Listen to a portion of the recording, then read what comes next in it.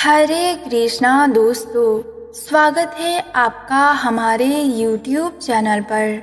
दोस्तों, पुरी के जगन्नाथ मंदिर के बारे में हम सभी जानते हैं कि जगन्नाथपुरी में किस तरह श्री कृष्ण, बलराम दाऊ और देवी सुभद्रा विराजित है। जगन्नाथपुरी में तीनों भाई बहन का पूजा होता है। यहाँ पर रथ यात्रा भी होती है। लेकिन क्या आप जानते हैं, जगन्नाथ स्वामी बीमार भी होते हैं। जगन्नाथपुरी में ऐसी एक रस्म है और मंदिर बंद हो जाता है। उन्हें 56 भोग भी नहीं खिलाया जाता। तो आइए जानते हैं आखिर क्यों होता है ऐसा। लेकिन वीडियो को शुरू करने से पहले चैनल को सब्सक्राइब अवश्य करें। तो चलिए शुरू करते हैं। दोस्तों, जगन्नाथ स्वामी की बीमारी की कथा जानने से पहले आपको जानना होगा भक्त माधव दास की कथा, जो जगन्नाथ स्वामी के बहुत ही बड़े भक्त थे। ये बात तो सभी जानते हैं कि हर भक्त अपने इष्ट की बहुत ही ज्यादा सेवा करता है। इसके पीछे का कारण ये है ताकि उस व्यक्ति को उसके इष्ट की कृपा मिल सके। लेकिन क्या किसी ने सुना है कि भगवान भी अपने भक्त की सेवा करते हैं? सुनने में ये थोड़ा अजीब लगता है, लेकिन भगवान ने भी अपने भक्त की सेवा की है। इसीलिए उन्हें भक्त वात्सल्य भगवान के नाम से जाना जाता है। आज हम बात करेंगे श्री कृष्ण के प्रिय भक्त माधव दास के बारे में, जिनकी भक्ति भाव देखकर स्वयं भगवान श्री कृष्ण विवश हो गए थे उनकी सेवा करने के लिए। जगन्नाथपुरी में माधव दास नाम के एक भक्त रहा करते थे। माधव दास जी सांसारिक मोह माया से दूर रहते थे।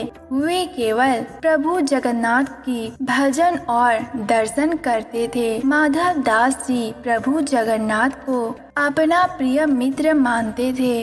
वे हमेशा जगन्नाथ जी से बातें करते थे। इस प्रकार माधव दास जी अपना जीवन बिता रहे थे। लेकिन एक बार एक ऐसा समय आया कि माधव दास जी बीमार हो गए। उनको उल्टियाँ होने लगी। वे बहुत ही ज्यादा दुर्बल हो गए। उनसे उठा और बैठा भी नहीं जा रहा था। उनकी ये हालत देखकर उनके आसपास के लोग आते और माधव दास की सेवा करते।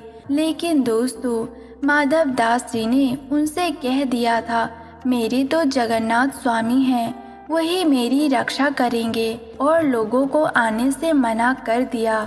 ऐसा करते करते जब रोग बहुत ही ज्यादा बढ़ गया तो भगवान से अपनी भक्त की ये हालत देखी नहीं गई। वे स्वयं माधव दास के पास पहुँचे। माधव दास से कहने लगे, क्या हम आपकी सेवा कर सकते हैं? माधव दास का रोग इतना ज्यादा बढ़ गया था, उनको पता नहीं चलता कि वो कब मल मूत्र को छोड़ दे रहे हैं और वस्त्र गंदे हो जा रहे हैं। अपने भक्त की ये दशा प्रभु से देखी नहीं गई। उन्होंने स्वयं माधव दास के वस्त्रों को अपने हाथों से साफ किया और सब कुछ स्वच्छ रखने लगे। कुछ समय बाद जब माधव दास होश में आए तो वो तुरंत ही जगन्नाथ प्रभु को पहचान गए और कहने लगे कि हे प्रभु, आप मेरी रक्षा करने स्वयं आए।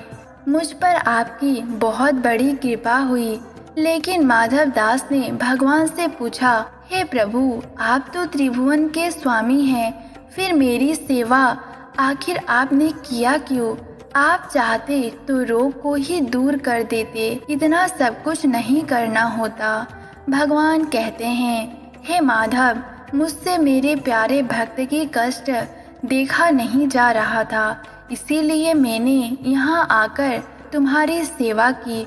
नियति में लिखा था, उसे तो तुमको अवश्य भोगना ही था, इसीलिए मैं तुम्हें ठीक नहीं कर सका, क्योंकि अगर मैं ठीक कर देता तो इसे भोगने के लिए तुम्हें पुनः जन्म लेकर आना पड़ता, और मैं नहीं चाहता कि मेरा प्रिय भक्त बार बार इस पृथ्वी पर आए और जन्म मृत्यु के चक्र में फंसा रहे, इसीलिए मैंने तुम्हारी सेवा की। लेकिन यदि फिर भी तुम कहते हो तो मैं अपने भक्त की बात नहीं टाल सकता, हे माधव, अभी तुम्हारे और कुछ दिन शेष रह गए हैं, इसीलिए अब ये जो 15 दिन का रोग तुम्हारे पास बचा है वो 15 दिन मैं स्वयं लेता हूँ। ये 15 दिन रोग मेरे ऊपर रहेगा।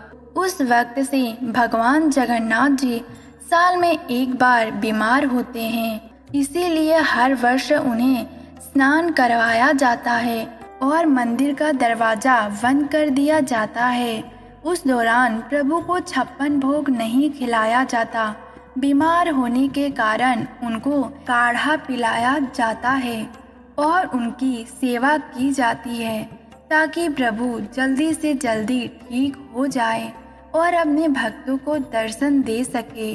अपने भक्तों के जीवन को सुखमय बनाने के लिए जगन्नाथ प्रभु भक्त वात्सल्य में अपने भक्त की तकलीफ भी स्वयं ले लेते हैं। जगन्नाथ प्रभु की इस लीला से हम सभी को एक सीख मिलती है कि अगर आप प्रभु के भक्त हैं, प्रभु की पूजा करते हैं, प्रभु के प्रति समर्पित हैं, तो इसका मतलब ये नहीं कि आपको कष्ट नहीं मिलेंगे।